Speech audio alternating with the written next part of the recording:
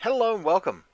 I'm your host, Elizibar. This is Something is Killing the Children, number 18. You can tell it's the 18th issue because the corner says in zero with a little underscore. It's also up and like squished, and then it says 18.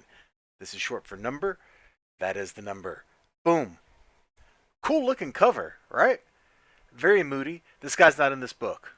He's not in this issue. This is like the Grandmaster or whatever. He's like in the previous issue. He ain't in this one. So we just sort of show up out in the country.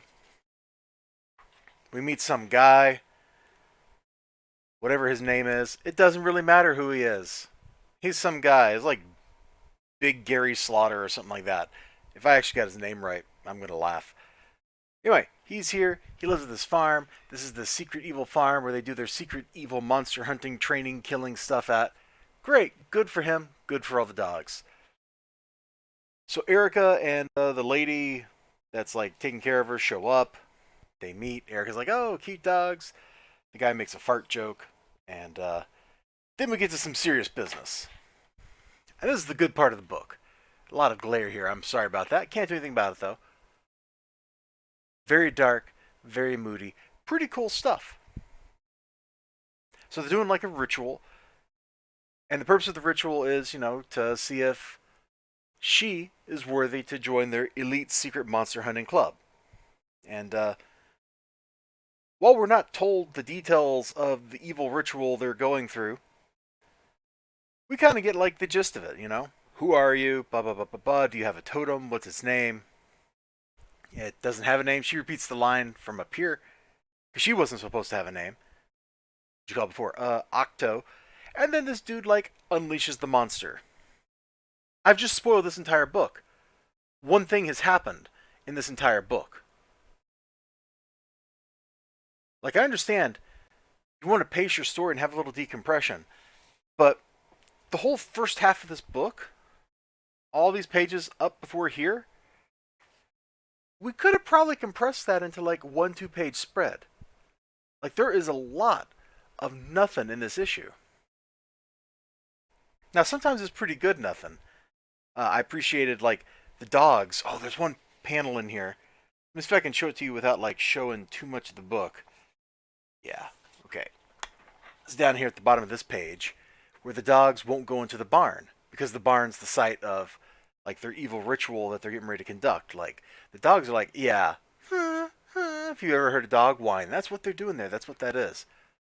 Like I really like that. That's a great touch. Unfortunately, there's a whole lot of other frou-frou kind of stuff, and maybe it is important, but kind of reading it, like none of this really held my interest. I'm like, oh yeah, he's talking about this is a farm. We have a chicken coop.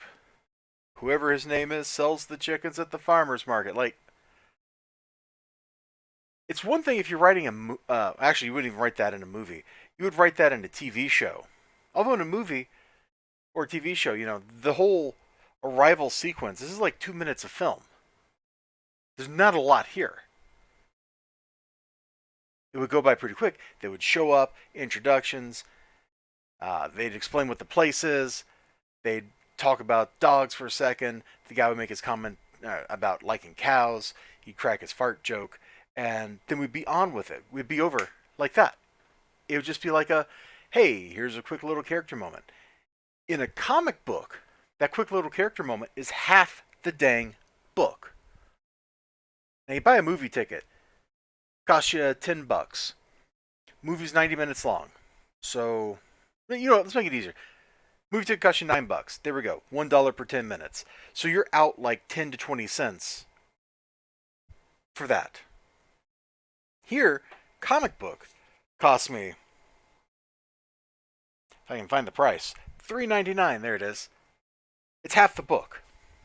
It's half the dang book.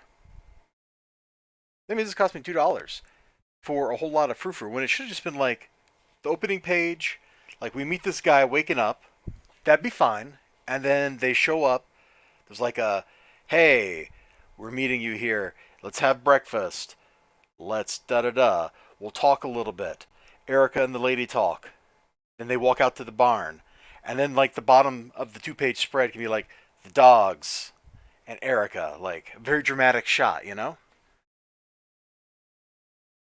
I like this book sometimes, but man, sometimes it just really does not give you anything to sink your teeth into. Now, having said that, the whole section that I spoiled back here, where they start getting into this stuff, like, it's really cool. I love the dude's mask, by the way. That looks really awesome. This is all spooky and great, and it's actually, at this point, paced really well for what's left of the book. It's just we spent a lot of the book getting to it. And also, as sort of a, hey, this is a prequel, it also suffers from the fact that we all know she doesn't die here. That's one of the problems with telling a prequel story is we know how things end up, and it's much harder to get invested in it. All right, you all take care of yourselves. I really liked the moody, dark second half of the book. I thought that was pretty good. And I'll see you next time. Bye bye.